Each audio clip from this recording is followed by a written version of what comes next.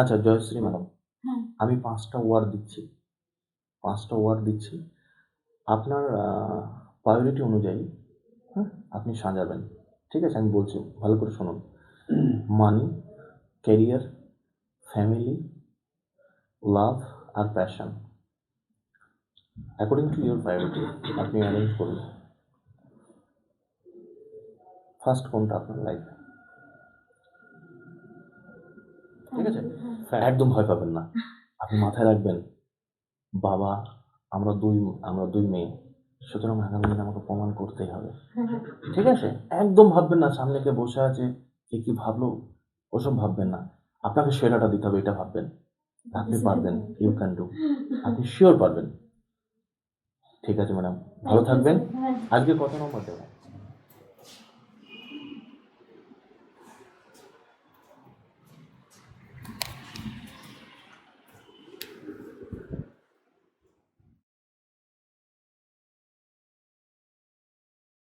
বসুন ম্যাডাম, বসুন। বলুন আপনার সম্পর্কে। আমার নাম জয়শ্রী জানা, আমি মুর্শিদাবাদ জেলার অন্তর্গত থানা লালগোলা, নাম রাধাবাদ থেকে আসছি।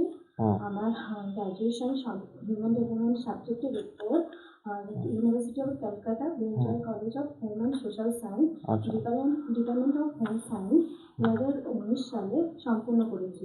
আমি একই সাবজেক্টের উপরে পোস্ট গ্র্যাজুয়েশন একই কলেজ থেকে একই ইউনিভার্সিটি থেকে সম্পূর্ণ করেছি 2021 সালে। আমি বিএড প্রশিক্ষণ সম্পূর্ণ করেছি 2023 সালে। Very good, very good.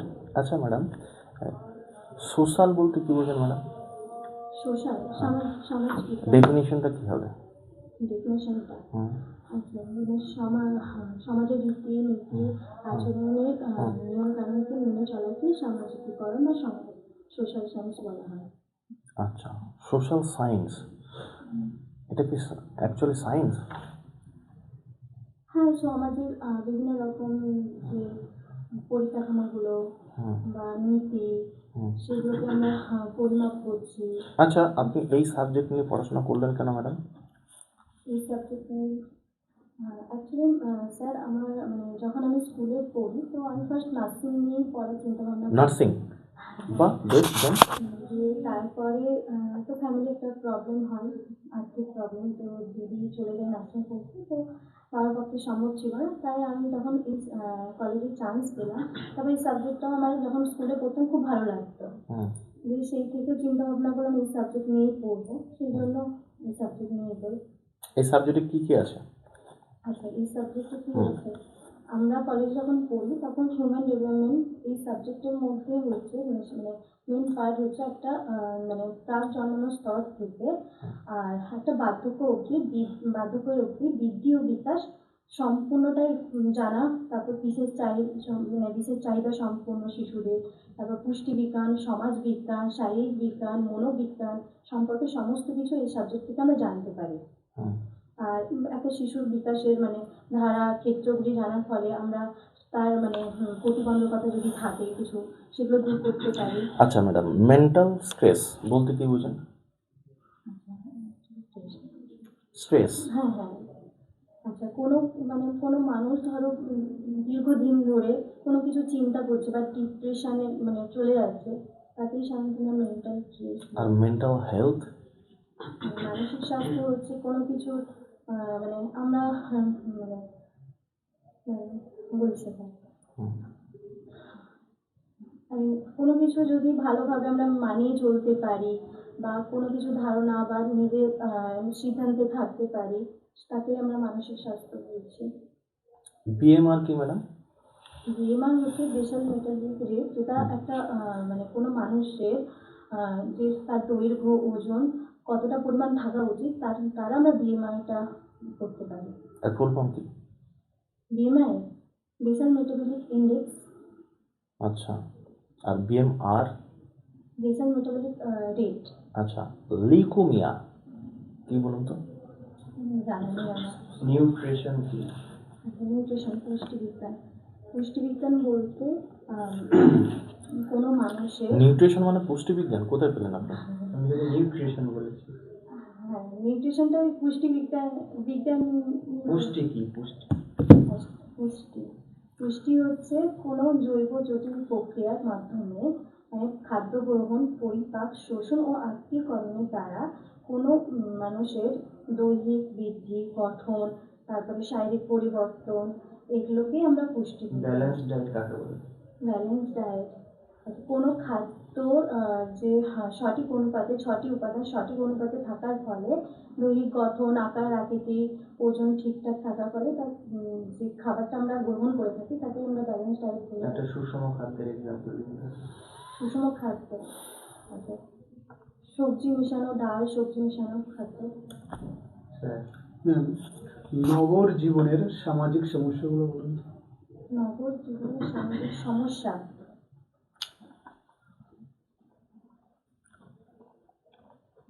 কন্যা ভ্রূণ হত্যা, তারপরে বাল্যবিবাহ। নগরে এগুলো ঘটে? নগরের লোকটা চলে শিক্ষিত, কন্যা ভ্রূণ ওখানে হবে, হত্যা, তারপরে মেয়ে বাল্যবিবাহ ওখানে।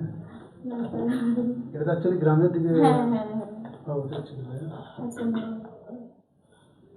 আচ্ছা জয়শ্রী ম্যাডাম, হ্যাঁ আমি 5টা ওয়ার্ড দিচ্ছি, আপনার প্রায়োরিটি অনুযায়ী, হ্যাঁ, আপনি সাজাবেন। ঠিক আছে, আমি বলছি, ভালো করে শুনুন। মানি, ক্যারিয়ার, ফ্যামিলি, লাভ আর passion. According to your priority আপনি অ্যারেঞ্জ করুন। ফার্স্ট কোনটা আপনার লাইফে? Family, then career, love, passion, তারপর মানি। এক্সপ্লেন করুন হোয়াই এরকমভাবে সাজানোর কারণ কি? ফ্যামিলি যদি না থাকে আমি কি জন্য মানে ফ্যামিলি ফার্স্ট প্রায়োরিটি, হ্যাঁ দেন আমার হচ্ছে আমি জীবনে কিছু করতে চাই, এটা লক্ষ্য। আচ্ছা, তার জন্য ক্যারিয়ার। আচ্ছা, কিছু করতে আপনি চান। আচ্ছা, তারপরে মানে মেয়ে হয়ে জন্মেছি, সেটা সমাজের কাছে অনেক ছিল, সেই জন্য ক্যারিয়ার। কেন মেয়ে জন্মানো অপরাধ নাকি? অপরাধ নয়, মানে তাহলে? অনেক অনেক কিছু মানে শুনতে হয়েছে ছোট থেকে। কেমন?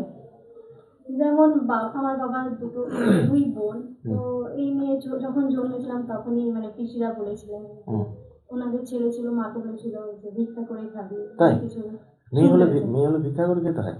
মেয়েরা কিছু করবে না, ছেলেরা করতে পারবে লাইফে, সেই জন্য। ওটা ওনাদের অজ্ঞান, হ্যাঁ। মানে ওদের অজানা, ওনাদের জ্ঞানের অভাব, ল্যাক অফ এডুকেশন। কিন্তু আপনার তো দুঃখ হওয়ার কিছু নেই ম্যাডাম। না, সেটা আমার বাবাও কোনোদিনও করেনি। বাবা খুবই গর্ব করেছে, এখন অব্দিও করে যায় মেয়ের জন্য। বাবা কি করেন? বাবা হচ্ছে অস্থায়ী শিক্ষক। বাহ, ভেরি গুড। দেন আর সেই জন্য ক্যারিয়ারটা। হ্যাঁ, তারপর আপনি দিয়েছেন লাভ। হ্যাঁ, আর হাজবেন্ডকে না পাশে পেলে আমি এত দূরে যেতে পারতাম না। হ্যাঁ। ওই জন্য মানে যে মানুষটা আমার জীবনে এসে উনি আমাকে এত দূরে এগিয়ে নিয়ে গেছেন। ও আচ্ছা, ওই জন্য লাভ। হ্যাঁ, দেন প্যাশন।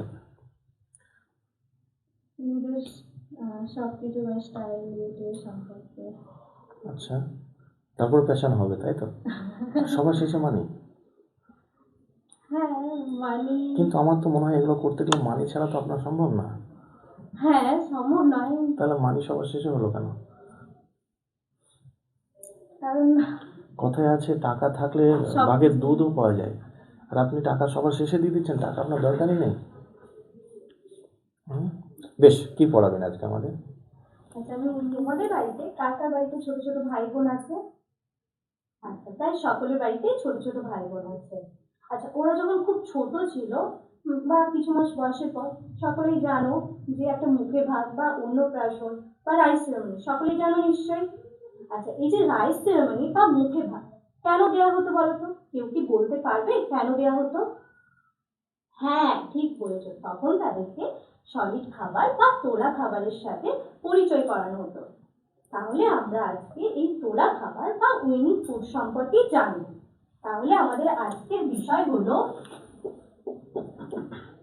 তোলা খাবার বা উইনিং ফুড।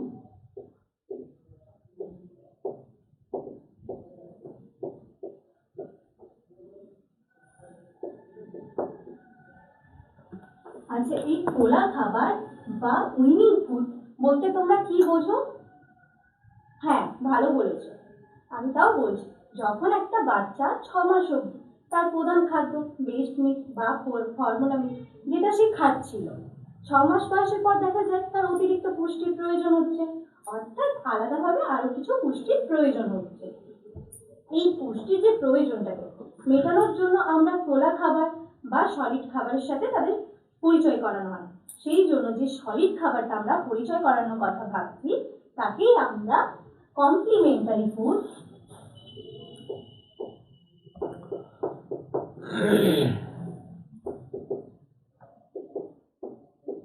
বা পরিপূরক খাদ্য বলে থাকি।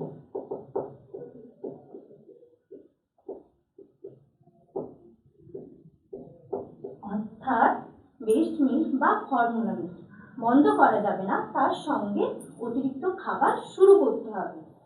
আচ্ছা, এই যে খাবার আমরা যে তাদেরকে তোলা খাবার বাচ্চাদেরকে দেব, তা কিভাবে দেব তার কিছু গুরুত্বপূর্ণ বিষয় আমাদেরকে মাথায় রাখতে হবে। আচ্ছা, কি কি বিষয় মাথায় রাখবো? আচ্ছা, তোমরা এটা বুঝেছো? আমি মুছে দেবো।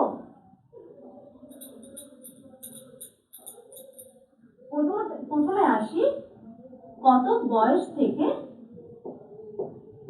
আমরা এই তোলা খাবারটা দেব, আর দ্বিতীয়ত হচ্ছে কতটা পরিমাণ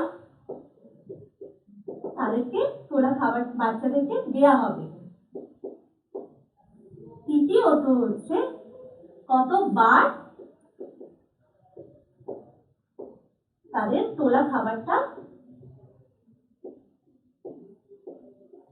দেওয়া হবে।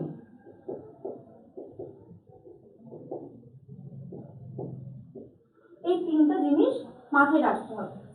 এরপরে আসি, আমরা যে একটা বাচ্চাকে তোলা খাবার যে দেব, তা তো প্রথমেই আমরা ভাত বা খিচুড়ি দিতে পারি না। তাহলে আমরা প্রথমে কি দেব? হ্যাঁ, তরল জাতীয় খাবার দেব। আচ্ছা, এই যে তরল জাতীয় খাবার দেব, তাহলে কি দিতে পারি তরল জাতীয় খাবার? হ্যাঁ, ফলের রস। আচ্ছা, তোমরা একটা কিছু জিনিস মাথায় রাখবে বা জেনে রাখো তোমরা, যেসব বাচ্চা, কিছু সার্ভেতে দেখা গেছে যেসব বাচ্চাদেরকে আমরা প্রথমে ফল বা সবজি দিয়েছি সেসব বাচ্চার পরবর্তীকালে খাদ্যের প্রতি অনীহা দেখা যায় না। আর যেসব বাচ্চাদেরকে আগে আমরা ভাত বা খিচুড়ির সাথে অভ্যস্ত করিয়েছি সেসব বাচ্চাদের পরবর্তীকালে দেখা যায় বেছে বেছে খাবার বা খাদ্যের প্রতি অনীহা। এর ফলে কি হয়? অপুষ্টির শিকার লক্ষ্য করা যায়। ঠিক আছে, এটা তোমরা মনে রাখবে। এবার আসি যে তরল খাদ্যটা দেবো। তরল খাদ্য কি বলে? ফলের রস দেবো। আচ্ছা, এই ফলের রসের মধ্যে কি কি পড়ছে? হ্যাঁ, কমলা লেবু রস, মৌসুমী রস, আর ডাবের জল, আর ডালের জল, আর ভেজিটেবল স্যুপ। আচ্ছা, এই যে তরল দিলাম,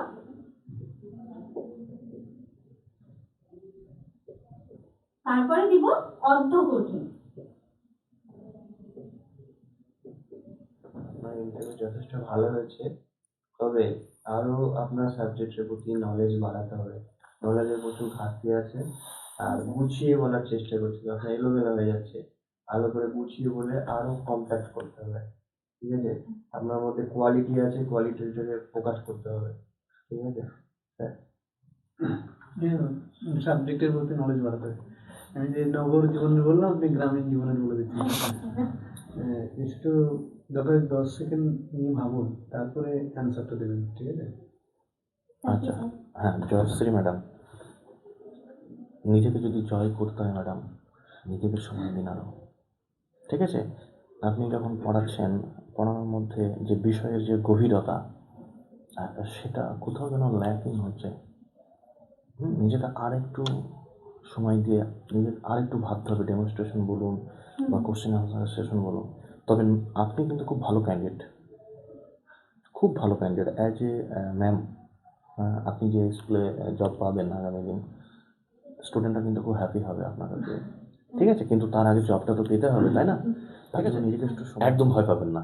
আপনি মাথায় রাখবেন, বাবা, আমরা দুই মেয়ে, সুতরাং আগামী দিন আমাকে প্রমাণ করতেই হবে। ঠিক আছে, একদম ভাববেন না সামনে কে বসে আছে কে কি ভাবলো, ওসব ভাববেন না। আপনাকে সেরাটা দিতে হবে, এটা ভাববেন। আপনি পারবেন, ইউ ক্যান ডু, আপনি শিওর পারবেন। ঠিক আছে ম্যাডাম, ভালো থাকবেন। আজকে